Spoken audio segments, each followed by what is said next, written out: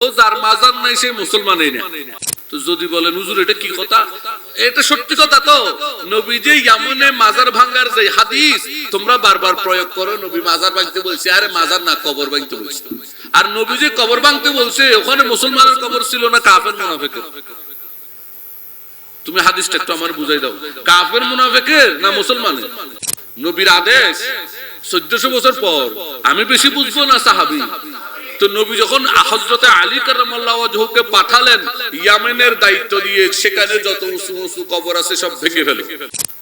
তো এখন হযরত আলী কারামাল্লাহু ওয়াজহু নবীর আদেশ বুঝছে বেশি আমার থেকে না আমার থেকে কম বুঝছে? তো আমার থেকে যদি বেশি বুঝি থাকে তাহলে ওনারা আবার নবীজির কবর উঁচা করে সেখানে গিলাপ দিলেন কেন? সহিহ মুসলিম শরীফের হাদিস। কেন দিলেন? উত্তর, বুঝছেন বিদায় দিলেন। কি কি বুঝছেন? এটাই বুঝেছেন যে ইহুদি খ্রিস্টানদের যে কাফেরদের যে কবর সেটা ভাঙার হুকুম আছে, মুসলমানের নয়। তো কাফের মুনাফিকের কবর ভাঙার হুকুম কেন আছে? এবার সেটা আপনি ইতিহাসে পড়েন, আপনি কেন ভাঙতে বলেছে এটা তো হাদিস। এবার ইতিহাস পড়েন, ইতিহাস বলে কাফের মুনাফিকরা তৎকালীন সময়ে কবরের উপরে, সেটা যার কবর তার একটা মূর্তি বানিয়ে কবরের উপর রাখত। দফ বাজিয়ে বা দফ বাজানো ছাড়া নাতের প্রতি উৎসাহিত করার কথা হাদিস, অনেক হাদিস আছে। কেন করেছে? কারণ এটা মানুষের মধ্যে নবীর প্রেমকে কি করে। একলা রাস্তা দিয়ে হাঁটতেছেন, ভয় লাগতেছে, একটু আওয়াজ করে করে নাচ পড়া শুরু করে, শক্তি চলে আসে। কোন কাজ করতেছেন, কাজ করতে করতে ক্লান্তি লাগতেছে, গুনগুন করে নাচ পড়তে পড়তে কাজ করেন, শক্তি চলে আসে। কারণ এটার মধ্যে একটা কি আছে। এই জন্যই তো তারা প্ল্যান করে আমাদের থেকে নবীর মহব্বত নিয়ে নিছে। আর মহব্বত কম, মহব্বত বাড়ানোর উপায় হচ্ছে নাত গজল। এই জন্য তারা সব সময় শুরু থেকে নাত গজলের বিরুদ্ধে ফতোয়া।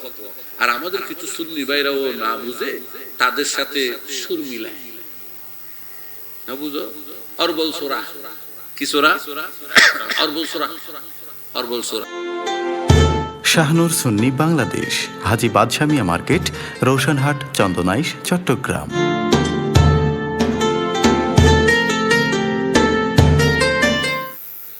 ইকবাল বলছেন যে এরা তো মৃত্যুকে ভয় করে না, তো কি করতে হবে? আচ্ছা, মৃত্যুকে কেন ভয় করে না? প্রশ্ন আছে না?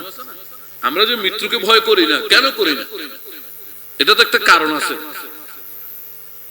ইকবাল বলছেন যে ইহুদিরা চক্রান্ত করলো, মুসলমানরা মৃত্যুকে ভয় করে না।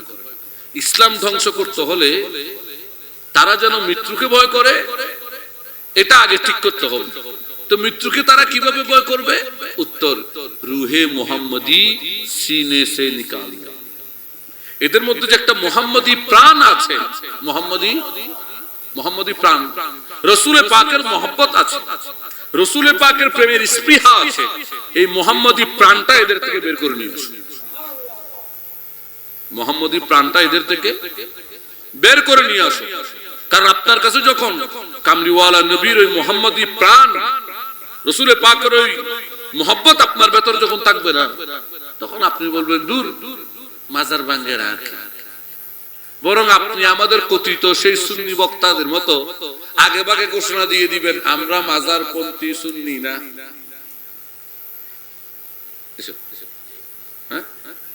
হয়ে দিল না আগে ভাগে। হ্যাঁ, এলামো জোয়ান নাই তো কেন করে আগে ভাগে হদ না আরা মাজার পন্থী।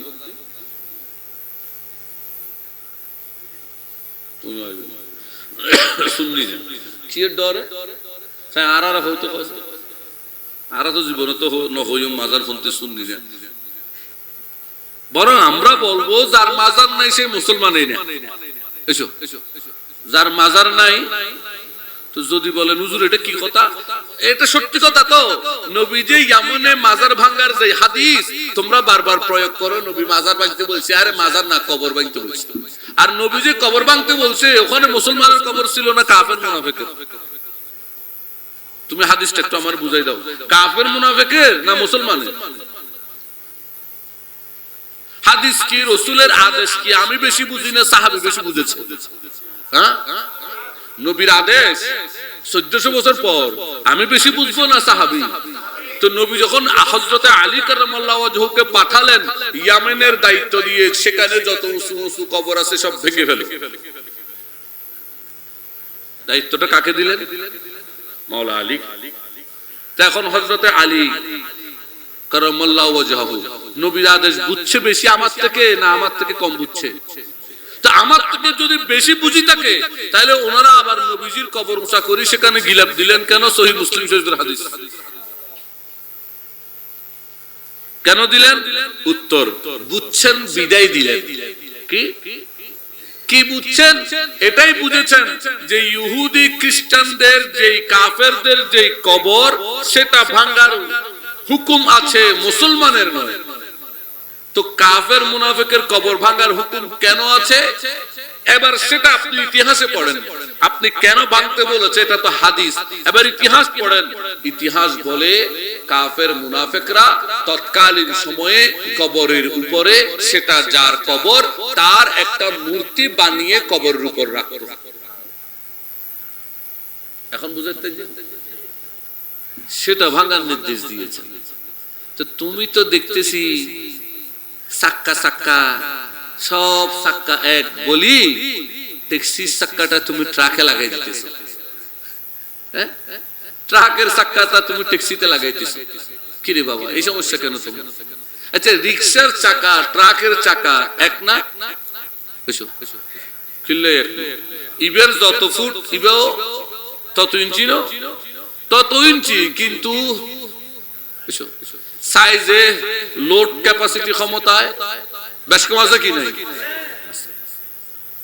যখন লোড ক্যাপাসিটি ক্ষমতায় বেশ কম আছে, চাকা চাকা এক বলে, রিকশাটা ট্রাকে দেওয়া যায়। আপনি সব তো হাদিস, কিন্তু কোনটা কোন জায়গায় লাগাবেন একটু বুঝে শুনি লাগবে। যদি বুঝে শুনে না লাগান, ইসলামের মধ্যে ঐক্য করতে কে করবে? আরে ঐক্য হয়ে যাবে, ঐক্যই তো নয়।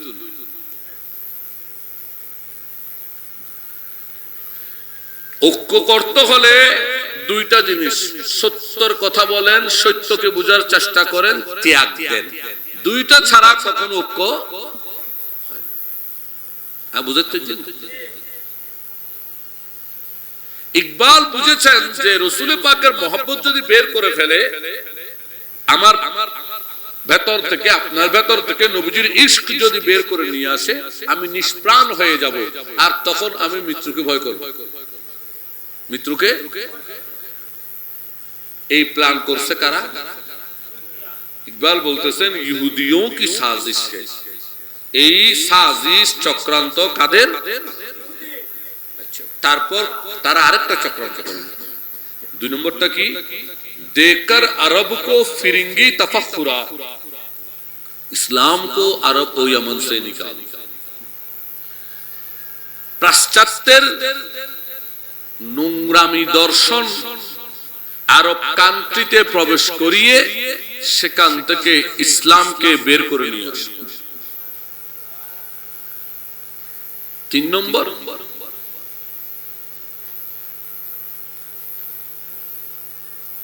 लाकर ब्राह्मणों को सियासत के पीछे, ব্রাহ্মণ জাতিদেরকে রাজনীতির উচ্চ শিখরে নিয়ে আসে।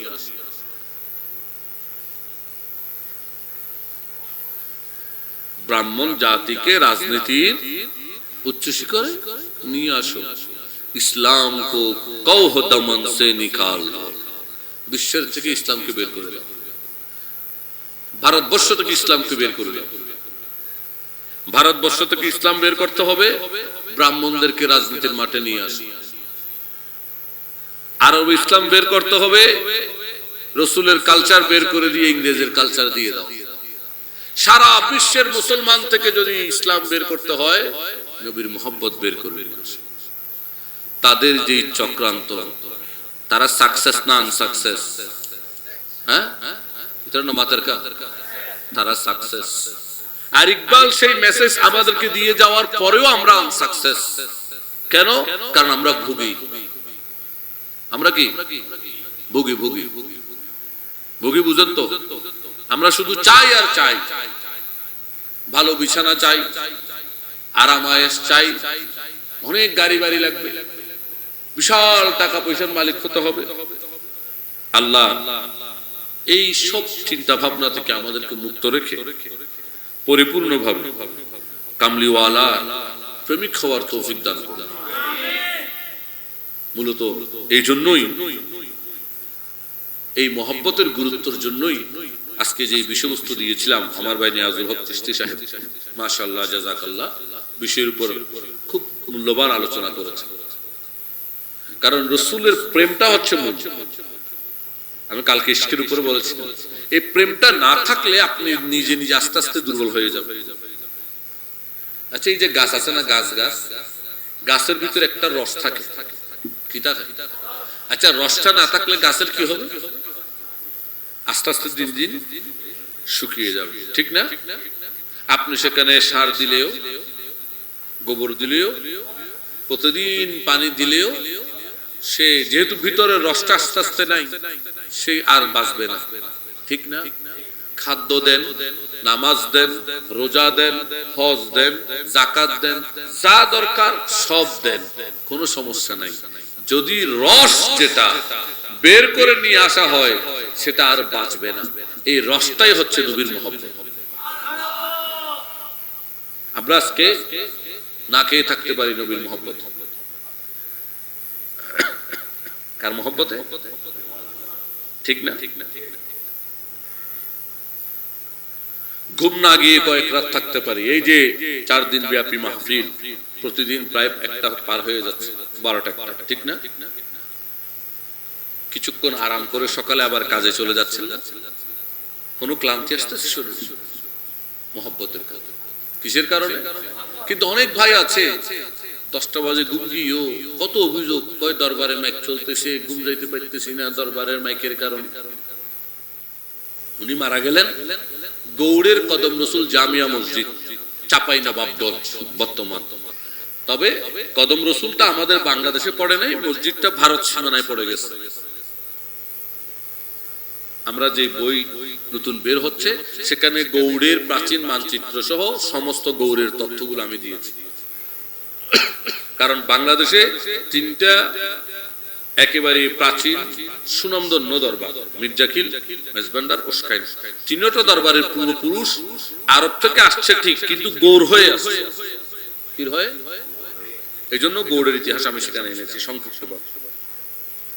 গৌড় ছিল 1500 খ্রিস্টাব্দে পুরা ভারতবর্ষে সবচেয়ে জ্ঞান বিজ্ঞানে সবকিছুতে একটা অনেক ডেভেলপ শহর, অনেক কি ডেভেলপ শহর। আর বাংলার মধ্যে এটা ছিল রাজধানী, বাংলার জন্য এটা ছিল। আর পুরা ভারতবর্ষে গৌড় ছিল অনেক ডেভেলপ। কত ডেভেলপ এটা কল্পনা করা যায়। যাই হোক, ওই ডেভেলপ শহর ছেড়ে মনোযোগ, একটা আনডেভেলপ শহরে চলে আসছে চক্রশালা। বর্তমান যে পটিয়া চক্রশালা, কমল মুন্সির হাট, এটা তো এখনো আনডেভেলপ, তখন আরো আনডেভেলপ ছিল। তো আমরা পয়সা করি হইলে কোন দিকে যাই? ডেভেলপ শহরে। আর ওনারা আসছেন কোথায়? আনডেভেলপ শহরে। কোথায় ইয়েমেন, কোথায় দিল্লি, কোথায় শাহজালাল, সিলেট, একেবারে আনডেভেলপে চলে আসছে। আনডেভেলপ শহরে কেন? আফসোস, আমরা ডেভেলপ শহরে যাই রুজি রোজগার করার জন্য, কিছু সেখান থেকে ভোগ করার জন্য। কি করার জন্য? ভোগ। ভোগ, কারণ আমরা কি ভোগী। আর এরা ওখান থেকে ত্যাগ দিয়ে, ডেভেলপ শহরগুলো ত্যাগ দিয়ে আনডেভেলপ শহরে আসছে মানুষকে দিন শিখানোর জন্য। তাহলে ওনারা ছিলেন ত্যাগী আর আমরা ভোগী। তো ভোগী কখনো খোদা পায় না, ভোগী কখনো না। এই জন্য খুদি, আল্লামা ইকবাল বলেছেন, খুদি না বেচ গরিবি মে নাম পয়দা কর। তুমি আত্মসম্মান বিসর্জন দিও না, যতটুক আছে ততটুকের মধ্যেই তুমি আল্লাহর শুকরিয়া করে আল্লাহকে তালাশ করো। যা আছে তাতে শুকরিয়া। বুঝতে পারছেন? এটা একমাত্র তারা পেরেছে কারণ রাসূলের মহব্বত তাদের অন্তরে ছিল, তাদের ভেতরে মহব্বত ছিল যে না, নবীজি ওয়াদা দিয়েছেন, আমরা নবীজির ওয়াদা সত্য। আমরা এখানে ত্যাগ দিলে, এখানে আমি যদি এই রাজত্ব, আরাম, আয়েশ, ভোগ, বিলাস এগুলো ত্যাগ করে দেই, নবীজি কিয়ামতের দিন আল্লাহর চেয়ে বড় মর্যাদা আমাকে নিয়ে দেন। তাদের ভেতরে এই বিশ্বাসটা ছিল, রাসূলের কথার প্রতি, নবীজির প্রতি প্রেম ভালোবাসা তাদেরকে কোথায় থেকে কোথায় নিয়ে আসছে। আর আমরা এখন নবীজির মহব্বত যদিও কিছুক্ষণ মাঝে মাঝে প্রকাশ করি, সেটাও রাজনীতিবিদদের মতো। রাজনীতিবিদদের সকালে এক কথা, এটা না মাতে, আর বাজান দরবেশ মওলা হইয়ে দেয় রাজনীতিবিদ আর বেশ্যার ধর্ম নেই। কঠিন কথা। রাজনীতিবিদ আর বেশ্যা সিনে খদ্দর, রাজনীতিবিদ সিনে দে বোর্ড। এই নোয়া কথা নয়, এগিন 2018 সালে তো হই, 15 সালে তো হই, এই বিগত সময় তো হই, আর এখনো হই। এটা কেন জানেন? কারণ তাদের আর ধর্মকর্ম বুঝে না। ধর্মকর্ম এই জন্য আমাদেরকে নবীর প্রেমিক হতে। কার প্রেমিক? কার প্রেমিক? রাসূলের প্রেমিক হওয়া, এটাকে বলা হয় ইশকে হাকিকি। ইশকে মুর্শিদের প্রেমে প্রেমিক হওয়া ইশকে হাকিকি, খোদার প্রেমে প্রেমিক হওয়া ইশকে হাকিকি। আর মা, বাবা, ভাই, বোন, ধন সম্পদ, গাড়ি বাড়ি যা আছে এগুলোর প্রেম ইশকে মজাজি। ইশকে মজাজি অস্থায়ী প্রেম। কি প্রেম? আচ্ছা, মা বাবা ভাই বোন আত্মীয় স্বজন টাকা পয়সা গাড়ি বাড়ি যে আমরা মায়া মমতা ভালোবাসা আছে কিনা বলেন, আছে কিনা? কিন্তু যখন নিঃশ্বাসটা চলে যাবে ভালোবাসা আছে না শেষ? আর কিছু আছে? কিন্তু নবীর মোহাম্মত থেকে যাবে। কবরেও এটা কাজে, সেখানেও নবীজি উম্মত বলে জড়িয়ে, যদি আপনি সেখানে নবীকে তাজিম করতে জানেন, উম্মত বলে জড়িয়ে, কিয়ামতের দিন কেউ আপনাকে খোঁজ করুক আর না করুক, রব্বি হাবলি উম্মতি, রব্বি হাবলি উম্মতি বলে পাগলের মতো খোঁজ করে বেড়াবে।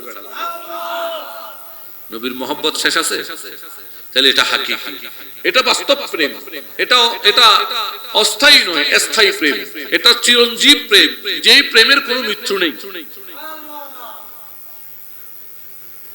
বউরে বোধ ভালোবাসেন, বউর ভালোবাসায় না জানে কি কি করে ফেলেন। কোন কারণে যদি ডিভোর্স হয়ে যায়, ভালোবাসা আছে না জানালা দিয়ে পালাইছে। ডিভোর্স পেপারের সাথে ভালোবাসাও শেষ। অস্থায়ী প্রেম। কি প্রেম? কিন্তু নবীর মোহাব্বত এটার শেষ। এজন্য আউলিয়া ইকরাম কি দিয়ে গেছে আমাদেরকে? বাবারে, ওনারা আমাদেরকে নবীর মোহাব্বতের সবক দিয়ে গেছে। কি দিয়ে গেছে? হয় কতক্ষণ ঢোল বাজায় বাজায় নবীর গুণগান কর। কারণ আপনি যখন 24 ঘন্টা কারো সম্মান, কারো শানে নাত গজল পড়তে থাকবেন, কাউকে আপনি সব সময় কোনো না কোনো ভাবে স্মরণ করতে থাকবেন, তার প্রেম বাড়তে থাকবে। তার প্রেম। এজন্য বুখারীর হাদিসেও আছে, নাতের প্রতি দফ বাজিয়ে বা দফ বাজানো ছাড়া নাতের প্রতি উৎসাহিত করার কথা হাদিস, অনেক হাদিস আছে। কেন করেছে? কারণ এটা মানুষের মধ্যে নবীর প্রেমকে কি করে? জাগ্রত করে, এটা বর্ধিত করে, এটা দিন দিন আপনাকে তাজা রাখবে। এটা বুঝার জন্য আমি একটা মেসাল দিই, এটা দিয়েই শেষ। মেসাল একখান হয়ে রেখি, দুইয়ের মেসাল দিয়ে প্রথম মেসাল। এখন ডেভেলপ হয়েছে পৃথিবী, ঠিক না? অনেক ডেভেলপ হয়েছে এখন, আলহামদুলিল্লাহ। ক্যারাং মেশিন বহুত, ঠিক না? আচ্ছা, তখন বড় বড় গাছর সিটিংয়ে হতে রেকুল দেয়, এগুলো নেওয়ার সময়, জায়গা থেকে সরানোর সময় একটা ডাক দিত না? মারো বলি, জানো তো তোমারা, মারো বলি, আরো জোরে স্লোগান দৈত্য না দৈত্য, এটা ধরে ধরে ওটা যত বড় জিনিস হোক তার জায়গা থেকে। কেন?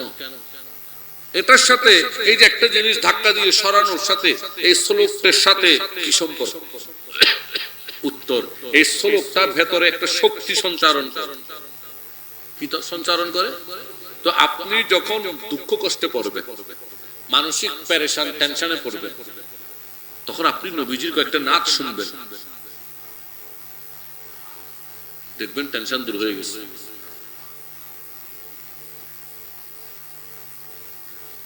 আমি বুঝতে পারছি, পেরেশান দূর হয়ে গেছে। এটা শক্তি। রসুলের মহব্বত আমাদের কি, পীরের মহব্বত আমাদের শক্তি। এখন এই শেয়ার যখন পড়ি, শত চিন্তা দুঃখ থাকলে বের হয়ে যায়। একলা রাস্তা দিয়ে হাঁটতেছেন, ভয় লাগতেছে, একটু আওয়াজ করে করে নাচ পড়া শুরু করে, শক্তি চলে আসে। কোন কাজ করতেছেন, কাজ করতে করতে ক্লান্তি লাগতেছে, গুনগুন করে নাচ পড়তে পড়তে কাজ করেন, শক্তি চলে আসে। কারণ এটার মধ্যে একটা কি আছে। এই জন্যই তো তারা প্ল্যান করে আমাদের থেকে নবীর মহব্বত নিয়ে নিছে। আর মহব্বত কম, মহব্বত বাড়ানোর উপায় হচ্ছে নাত গজল। এই জন্য তারা সব সময় শুরু থেকে নাত গজলের বিরুদ্ধে ফতোয়া। আর আমাদের কিছু সুন্নি ভাইরাও না বুঝে তাদের সাথে সুর মিলায়, না বুঝো, অরবল সোরা, কি সোরা, অরবল সোরা, অরবল সোরা, সুর মিলায়। আফসোস, আল্লাহ তাদের হৃদায়ত দান করুন। এবার আসেন, সুরের সাথে নাচানাচির কি সম্পর্ক? সুরের সাথে নাচানাচির কি সম্পর্ক? এটা আমি আপনাদের কিভাবে বুঝাইবো? আপাতত আপনি আমারে বলেন তো, কোরআন শরীফ পড়ার সময় ডুলাডুলির কি সম্পর্ক? যারা বলে আপনারা নবীর নাত পড়েন, শেয়ার করেন, ভালো কথা, মুর্শিদের শেয়ার করেন, ভালো কথা, এত ফালাফালি করেন কেন? বাইরে আমি না জানি করতেছি। এখন তুমি আমার একটা কথা উত্তর দাও, কোরআন শরীফ তেলাওয়াতের সাথে ডুলাডুলির কি সম্পর্ক? আমি এনে না জানি করতেছি, আওয়াম মানুষ, তুমি কেন করতেছো? এত বুজুর্গ আলেম মানুষ এমনি করতেছে। আলহামদুলিল্লাহ রাব্বিল আলামিন। কি রে বিকি আব্দুখানাত যাইরেছো, কওমি আব্দুখানাত, সুন্নি আব্দুখানাত, যাও তো আইটেমর আছে, মারেন না মার তো কডুলো। যে সুন্নিদের মধ্যে কতগুলো কুলঙ্গার আছে যারা আমাদের নাচানাচি ডুলাডুলি নিয়ে প্রশ্ন করে, তাদের মাদ্রাসায় গেলে যায় তারাও ডুলাডুলি করে। কি ডুলোর? আমি বাবা বেদাত করতেছি, বুঝি না মানুষ, মূর্খ সুরূক্ষ মানুষ। আপনি তো শিক্ষিত জেন্টালম্যান, আপনি কেন কোরআন শরীফ পড়তে ঢুলতেছেন? আপনি কোরআন শরীফ পড়তে ঢুলতেছেন না, তো কোরআনের প্রতিটি শব্দ আপনি বুঝতেছেন না, কিন্তু কোরআনের প্রতিটি শব্দ আপনার কলব বুঝে। কলব যখন ভিতরে ধোলাধুলি করে, আপনার বডি আপনার অজান্তেই ধুয়ে। ঠিক অনুরূপ রাসূলের পাকের নাত যখন শুনি, প্রেমিকদের অবস্থা হয়, কেউ বুঝে না তারপরেও ঢুলে, কেউ বুঝে না তারপরেও খাবে, আছে না? এটা তো যার ভেতরে ইশক নাই তার জন্য এগুলো আসে। এজন্য আল্লাহ আপনাদের আমাদের বুঝার তৌফিক দান করুক। ইনশাআল্লাহ কালকে 4 দিন ব্যাপী মিলাদ মাহফিল সেমিনারের শেষ দিন, সমাপনী দিবস, সবাইকে দাওয়াত রইল ইনশাআল্লাহ। আল্লাহ সারা বিশ্বের সকল মুসলমানকে, বাংলাদেশের সকল আহলে সুন্নাত ওয়াল জামাত অনুসারী অনুরাগীদের জান মাল পরিবার পরিজন সুস্থতা ও হিফাজতের সাথে রাখুক।